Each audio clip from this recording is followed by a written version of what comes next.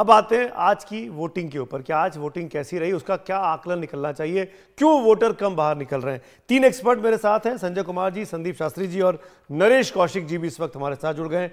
नरेश जी, आपका भी बहुत बहुत स्वागत है इस चर्चा में। आप दोनों, संदीप जी और नरेश जी को मैं विंडो में देख पा रहा हूँ, लेकिन मेरा पहला सवाल संजय जी आप ही से है।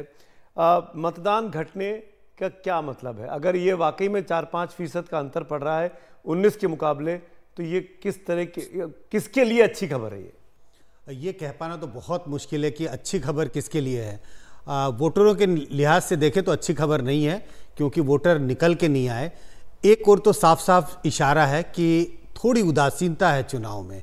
अगर हम पिछले 2019 के चुनाव से तुलना करें तो उदासीनता साफ दिखाई पड़ती है, लेकिन ये किस ओर इशारा करता है, कहने का मतलब किस ओर संकेत दे रहा है कि फायदा किसको होगा, इलेक्टोरल गेन्स किसको हो सकते हैं, नुकसान किसको होता है, ऐसा कोई सीधा सीधा संबंध होता ही नहीं है।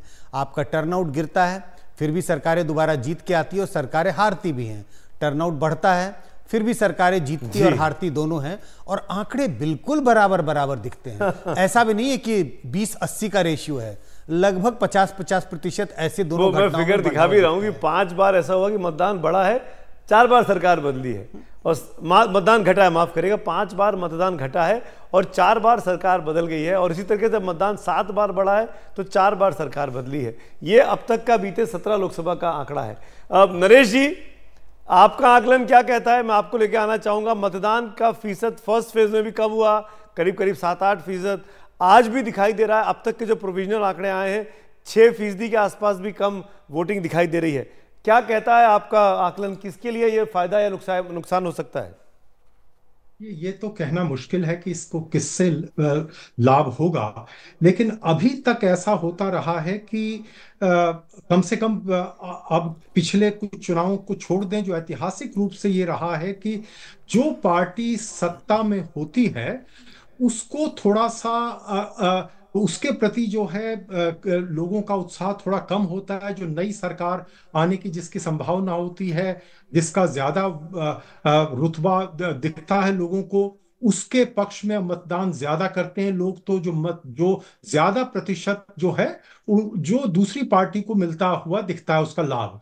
लेकिन जैसा अगर आपने खुद कहा कि इस तरह से पिछले कुछ समय से तो ऐसा नहीं हो रहा है, और ये कोई एक परिपाटी नहीं है।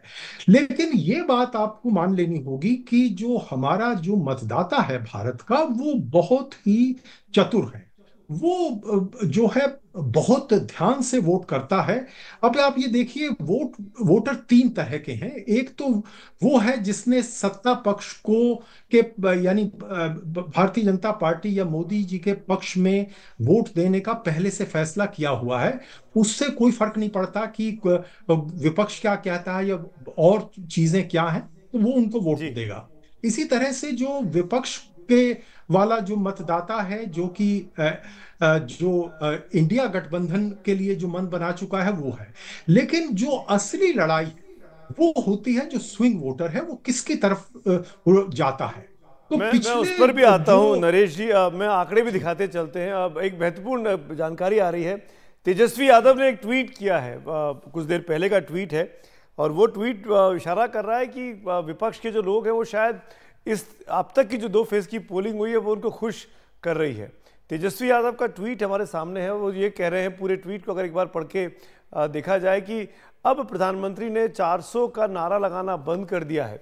ये क्या इशारा कर रहा है? क्या जो एक बड़ा जुमला चलता है आजकल मजाक में कि देख रहे हैं ना विनोद, ये क्या हो रहा है। खैर, उत्तर प्रदेश की मैं बात करता हूं, उसके आंकड़े भी आपके सामने रख देते हैं। आज पोल परसेंटेज जो 8 लोकसभा सीटों पर मतदान था यूपी में, उसमें 5 के फिगर हमारे पास हैं, और करीब करीब 7 से 14% के मतदान में कमी आई है। मथुरा तो ऐसी सीट है जहां से हेमा मालिनी लड़ रही थी, वहां पे बहुत बड़ा अंतर आया है वोट परसेंटेज में। मैं यही पूछना चाह रहा था आपसे, संदीप जी, आपको लेके आना चाहूंगा चर्चा में। उत्तर भारत में, आप तो खैर बेंगलोर में हैं, आपके यहाँ तो वोटिंग अच्छी हो रही थी सुबह, लेकिन उत्तर भारत को आप वहां से कैसे देखते हैं? ये मौसम ही असली विलेन है? ये सुस्ती क्यों है? आपको क्या लगता है? यहाँ पे आप कौन सी मौसम के बारे में बात कर रहे हैं वो सोचना पड़ेगा। ये अगर आप ये गर्मी की बारे में बात कर रहे हैं, उस कारण से लोग घर से बाहर नहीं आ रहे हैं वोट करने के लिए, वो एक वजह है। या एक पॉलिटिकल हीट जो है वो उतनी नहीं है, वो पॉलिटिकल गर्मी जो होनी चाहिए उतनी नहीं है, वहां पे ज्यादा सुस्ती है। क्या वो कारण है? जो भी पक्ष हो, पार्टीज ने उतना इन्फ्लुएंस वो कर नहीं सके हैं। जहां पे ये लोअर वोटर टर्नआउट होता है, कमिटेड वोटर्स तो शायद वोटिंग के लिए जाते हैं, जो फेंस सिटर्स होते हैं, जो अनडिसाइडेड होते हैं, शायद वो इतना चुनाव के लिए नहीं जा रहे हैं। और संजय जी ने जैसे कहा, ऐसा कोई एम्पेरिकल एविडेंस नहीं है कि अगर कोई किसी चुनाव में मतदान कम हो तो रूलिंग पार्टी या ऑपोजिशन को फेवर होता है। ऐसा कोई भी एम्पेरिकल एविडेंस नहीं दिखेगा। ये बुरी खबर जरूर एक बात की है कि Indian voter still continues to be indifferent. वो एक बुरी खबर है जो इस लोअर वोटर टर्नआउट से दिख रही है। और एक छोटी बात, कई जगह नेशनली इस lower voter turnout higher voter turnout पे कुछ हम कह नहीं सकेंगे, पर स्पेसिफिक एरियाज में वो एक कुछ संकेत हो सकता है। अगर महाराष्ट्र में जहां शिवसेना के दो गुटों संदीप के जी, सॉरी बीच में टोक रहा हूं, मैं राज्यवार तरीके से आता हूं आपके पास। अभी मैं स्पेसिफिकली यूपी बिहार की बात कर रहा था, लेकिन अब हमारे पास ग्राफिक्स तैयार है केरल का।